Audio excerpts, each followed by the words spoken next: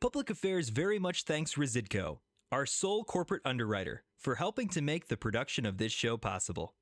Yeah, I'm running against 3 career politicians who are all progressives, and they have taken progressive positions on almost all these issues. And basically the progressive position when it comes to education is teacher unions first, kids second. So that, certainly is something that needs to change. And the only way to change it is to elect more Republicans in Illinois and elsewhere, especially to the U.S. Senate. Nobody should be afraid to walk in their neighborhood at night. Sadly, there's too many neighborhoods in Illinois and elsewhere where we have that. And it's all part of this, defund the police movement started by the Democrats and their allies, and this anti-police campaign, and the propaganda, where you'd think that, police are shooting, minorities, every day. They take one case and they, exaggerate it in the public domain, and then they ignore, the 50 minority kids that got shot in Chicago over one weekend. It's been an unbelievably destructive and successful, but destructive propaganda campaign against the police, and it needs to stop. I support the effort to resolve this terrible war. To resolve it, there has to be an agreement has to be reached by the 2 warring sides. I don't know what exactly that will involve, but I suspect from the Ukrainian side, it will require a very serious ironclad security agreement. So they don't just settle the war for now and then they're fighting another war years from now. And we've already talked about jobs and what can be done on the state level, on the federal level, in providing the right economic climate for free enterprise to flourish and to give individuals the opportunity to work, save, and invest. Raja Krishnamurthy entered this race. He's one of the 3 candidates in the Democratic primary with a war chest of about $20 million. So that's what he's starting with. Do you need 10, 15, 20 million, not from your family, but just from, as you say, people who support this to win this race? Well, first of all, contributions are capped at $3,500 per person. Well, committees. And $7,000 per couple. So I need lots of $3,500 donors if I'm to be competitive in this. It will be a multi-million-dollar campaign. I don't want to speculate on exactly how much that will be. And Raja, it starts out with the biggest war chest of all. But I wouldn't be doing this if I didn't think I could be competitive, if I didn't think I had a path to victory. In Illinois, it's been a blue state, but I think it's turning purple a little bit. And as the Democrats run ever leftward, that will open up a path for good Republicans to win statewide, and I think I'm the one to do that.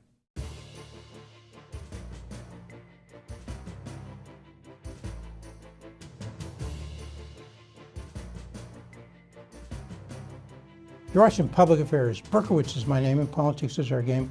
And we will be doing lots of politics and public policy this evening because we have as our guest Don Tracy. He is running for the U.S. Senate from Illinois. He is a Republican. He will be running, of course, on the Republican ticket. There have been a lot of disturbances in the last year or 2. We've seen our colleges and universities basically ripped up. We've seen them shut down at times. We've seen anti-Semitism on the rise. We've seen certain groups prevent people who are Jewish from going to their class. As a U.S. Senator, do you have a responsibility to say or do anything about that whole issue on our college campuses?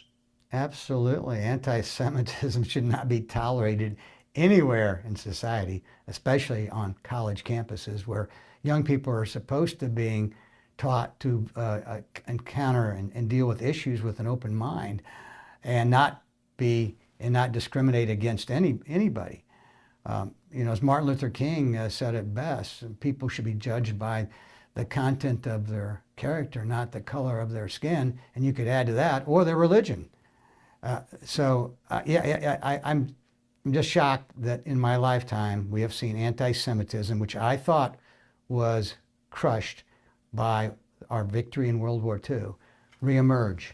It is sad, it's disgusting, and concerning. So in Illinois, we've had, seems forever, for a long time, 2 Democrat Party U.S. Senators, Duckworth and Durbin, Did you hear much about them taking a leadership role in which you're talking about? No, and I'm shocked at that because I've just always thought of the Democrat Party being totally against anti-Semitism.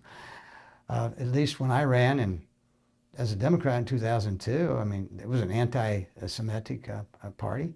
I mean, it was opposed to anti-Semitism, but now, I mean, the silence, yeah, speaks sometimes louder than proactive voices. I think part of the problem is the Democrat Party is just going so hard left that they are following leftward causes like the cause of the Hamas supporters, which is against Israel. Right. Well, also they're classified as a terrorist organization. So shouldn't we be keeping an eye? Are we admitting people who are believers in Hamas, maybe members of that, if you want to call it, political movement? Is that something that people should consider when they make, or allowed to consider when they make considerations of admitting people to the university? Are you a Hamas supporter? Or, in fact, even as I understand it, when we're deciding whether they should be given a visa, right? Because are they a threat to the country? We're all for the First Amendment, but some of these folks go past their views on their expression of rights to action, right? Well, I'm all for legal immigration. Right. I think we need what I like to say are wide gates and tall fences, but we need to control immigration.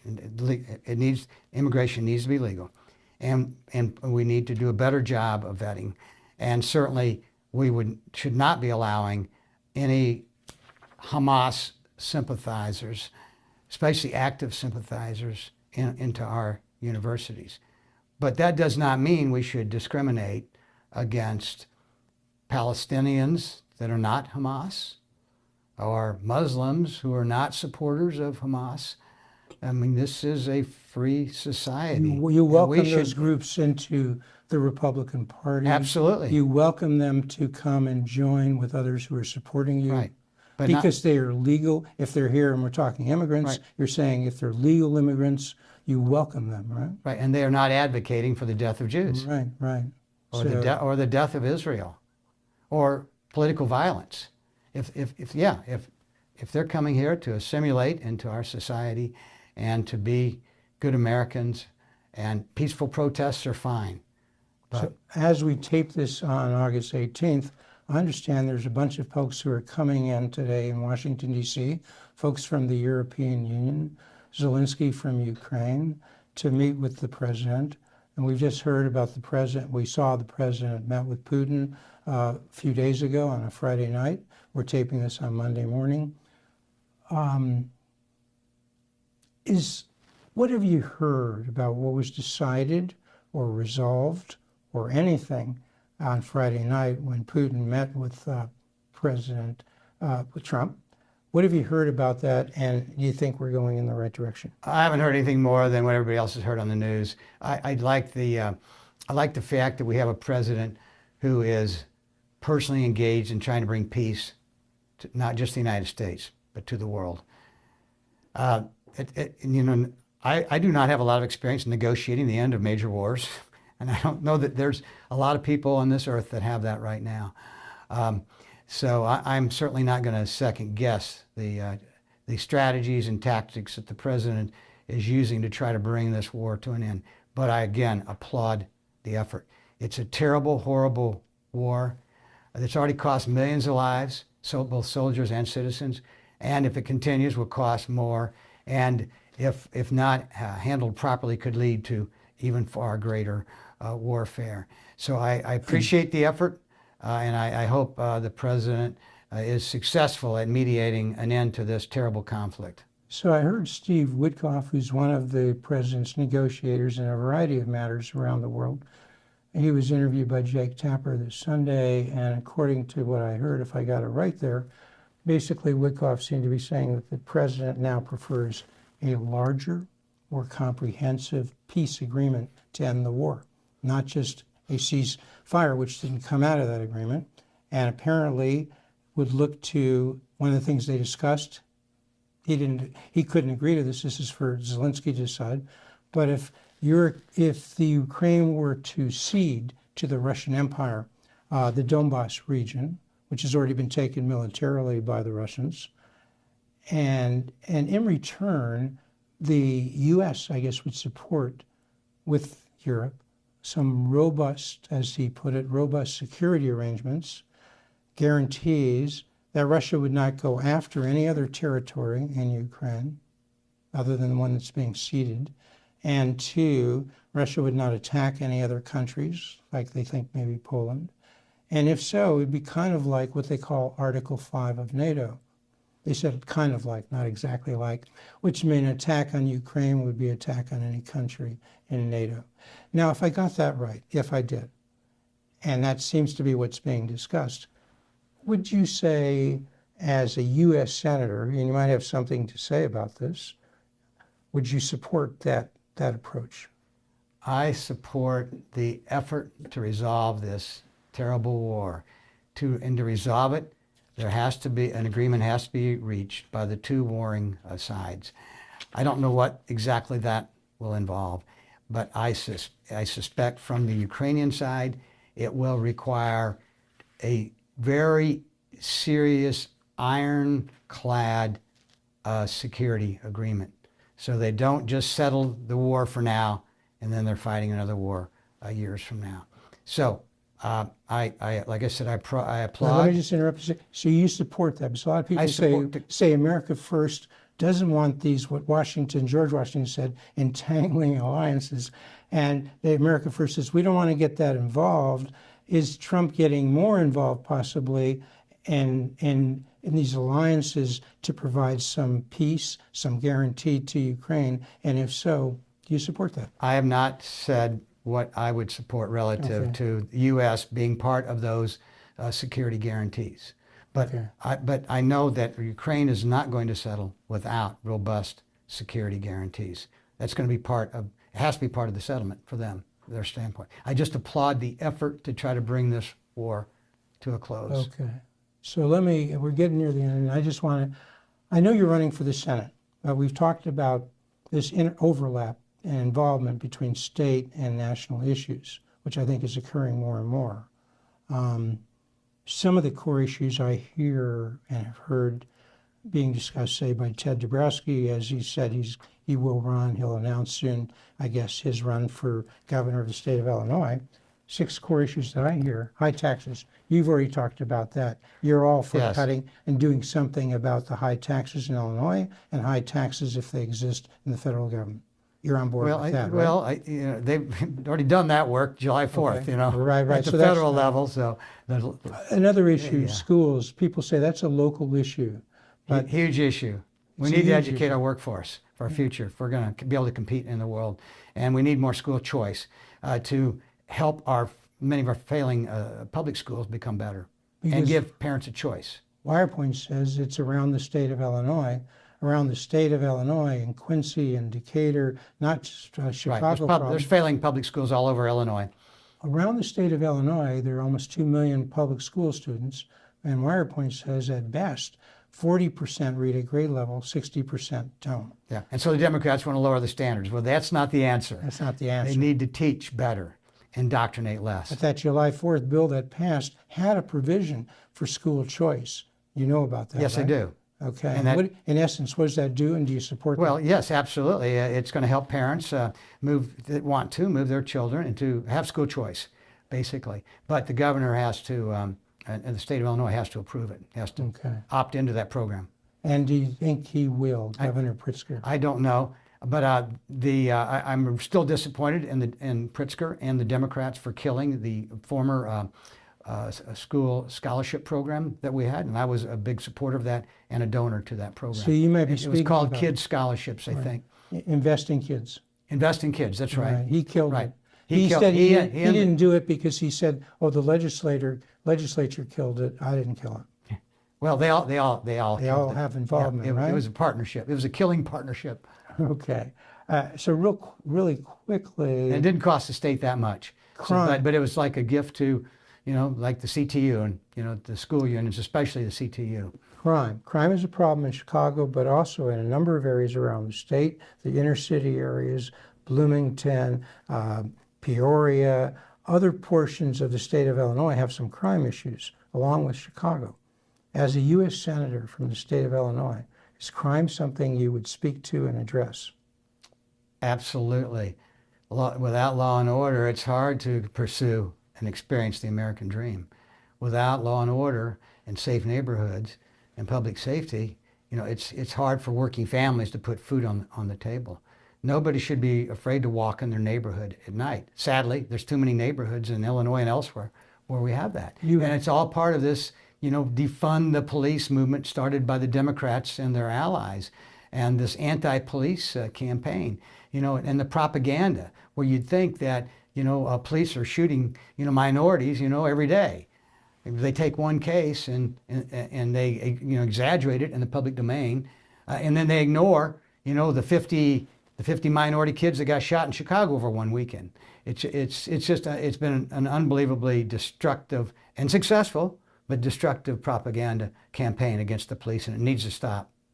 And that's part of your bully pulpit. Yes. Okay, and we've already talked about jobs and what can be done on the state level, on the federal level, in providing the right economic climate for free enterprise to flourish and to give individuals the opportunity to work, save, and invest.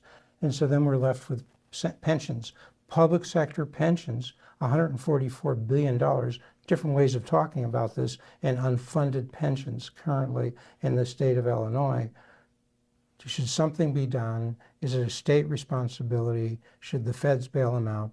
In a nutshell, in a minute, what can you do as a U.S. Senator about the public sector pension problem? That is a problem that nobody else has been able to figure out or solve, apparently, or had the will to do it. So I don't know what the answer is there. I don't think it's a federal bailout. Okay. But I would say more responsible state governance. But something has to be done, because in 7 years, I don't know that Pritzker's made any dent in it. I've never heard him talk about, we've made reference to the fact that in Chicago, for instance, where he said 40% at best read at grade level around the state. If you look at Chicago, 10 to 20% of the minorities of African Americans and Hispanics a little higher, maybe a little more than 20%, blacks a little less. Those are terrible statistics. They are. Whites at CPS read 50%. That's nothing to brag about. They have fewer barriers, fewer obstacles. And so, but I don't think I've heard the governor of the state of Illinois talk about any of those data, any of those problems, let alone address it. Did I get that right? Do you agree? I think so. Why not? Why doesn't he do that? Well, I'm running for U.S. Senate. I'm not running against Governor Pritzker. Well, why don't? But you are running against one of 3 Democrats who are now engaged in a Democratic primary. Two of them are Congress people. There's a Congresswoman, there's a Congressman, Raja Krishnamurthy on the man congressman side, and Robin Kelly, a female congresswoman. She's been there 12 years. He's been there 8 years. Juliana Stratton, she's been the lieutenant governor for 7 years. I mean, are they talking about that now? Are you hearing that as that primary gets started? And did Juliana Stratton talk about it at all when she was there? Because you're running for the Senate now. Yes, now I'm asking about your possible one of 3 opponents. Yeah, right? I'm running against 3 career politicians who are all progressives, and they have taken progressive positions on almost all these issues. And basically the progressive position when it comes to education is teacher unions first, kids second. So that certainly is something that needs to change. And the only way to change it is to elect more Republicans in Illinois and elsewhere, especially to the U.S. Senate. Okay, and so in closing, so one way you do that, as we talked about, I made reference to the acronym MOM. M is for money, O is for organization, M is for message. To win the race for Senate, I think you need a lot of MOM, a lot of MOM, a lot of money, a lot of strong message, a lot of organization. I understand, we talked about your family business, food distribution services. So I'm close. Right. You've corrected it. It's said to be publicly it's a private company, but people think its revenue in 2024 about $10 billion, which may give profits to the family of 200 or 300 million. What would you say? Would you think about if your family supports you? Could you come up with 5 or 10 million to kick the ball off and running for U.S. Senate? Well, first of all, Dot Foods is not in this race and will not be in this race. No, I mean the and family. And I'm just one of 12 siblings. My brother Tom passed away last fall. And then we have the next generation. There's like 75 of them, including spouses. And then the next generation, 50. And so we have lots and lots of shareholders. So I'm one of like over 100 shareholders in the business. And we've been blessed, with a company that my parents started and then my brothers took to the next level, and especially blessed with all the great employees that we have. But they're not in the race. I have, I've worked as a lawyer for the business for a number of years, but I haven't run the business, and I'm blessed that I have brothers that were able to do that.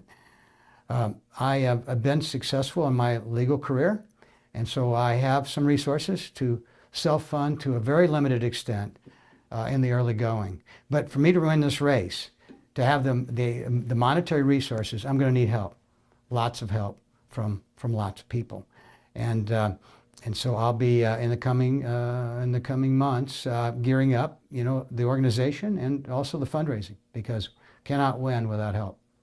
Well, roughly, last question, roughly ballpark, what do you think you need to run a competitive race? I'll remind you, Raja Krishnamurthy entered this race.